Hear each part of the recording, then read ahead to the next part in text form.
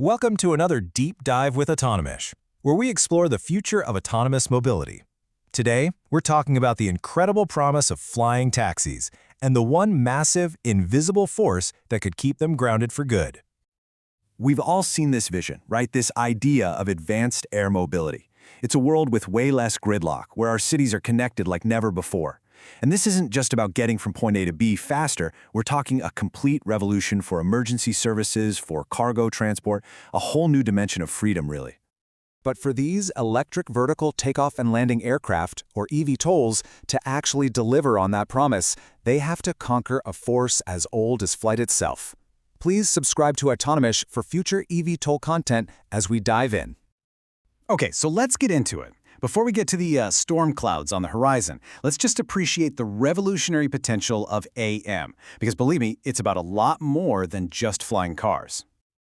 You know, it's the question that always comes up with a new wave of automation. Will these autonomous skies make human pilots obsolete? It's a huge concern, and we have to tackle it head-on.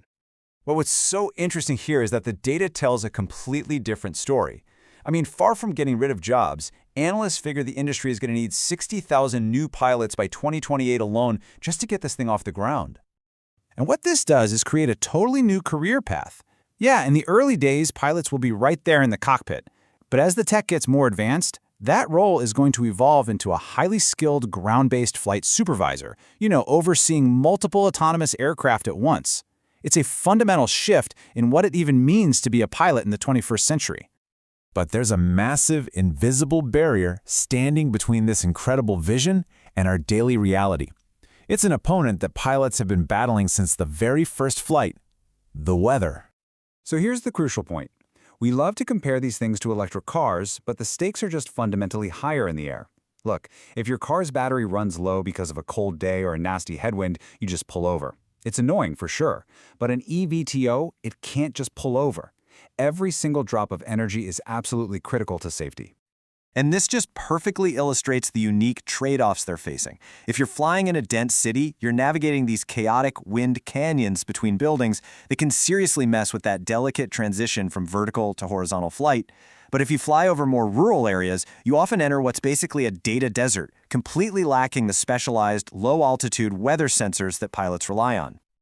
Okay, so let's talk about the power source for a minute. Because for eVTOLs, the battery is everything. And unfortunately, it has a critical weakness that, let's be honest, every EV driver already knows all too well. And this isn't a small problem. Extreme temperatures, both hot and cold, they don't just affect comfort, they fundamentally hammer battery performance. This strikes right at the economic viability of an entire fleet of these aircraft. I mean, just look at the data. You can see this dramatic drop in performance as the temperature falls. A flight that's totally routine on a warm day becomes marginal, or maybe even impossible when it's freezing. Entire fleets could be grounded just by a cold snap, which completely destroys any hope of a reliable on-demand service. So you see, this isn't just some engineering problem that you can solve in a lab. This is a high-stakes battle for reliability and, maybe even more importantly, for public trust. The entire business model for advanced air mobility, the whole thing, it hinges on this one concept: dispatch reliability.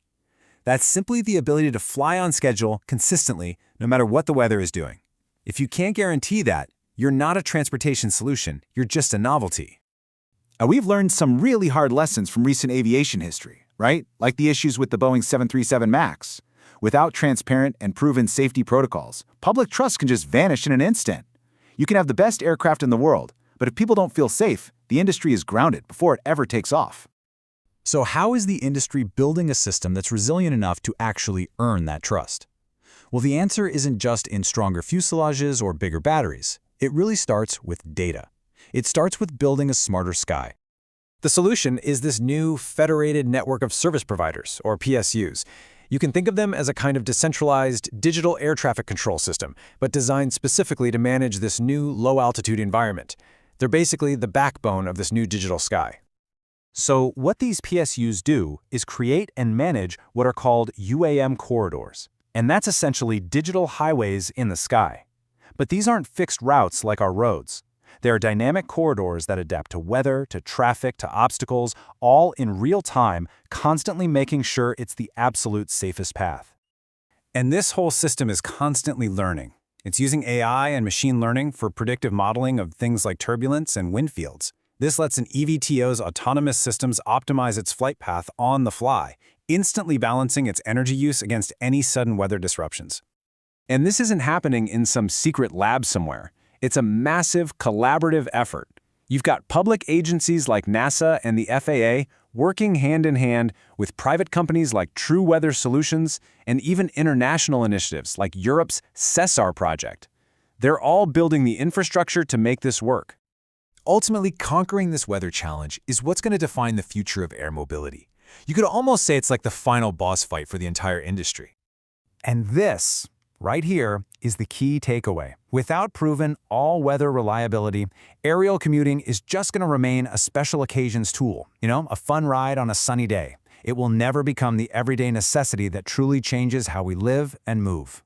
Look, solving the technical challenges of wind and ice and rain, that's one thing. But proving that solution is safe and ensuring that every passenger and the public on the ground are confident in it, now that is the true final frontier for this industry. So what would it take for you to trust a flying taxi in bad weather? Let us know in the comments. Thanks for joining this deep dive, and be sure to subscribe to AutonoMesh for the latest on the future of flight. See you on board.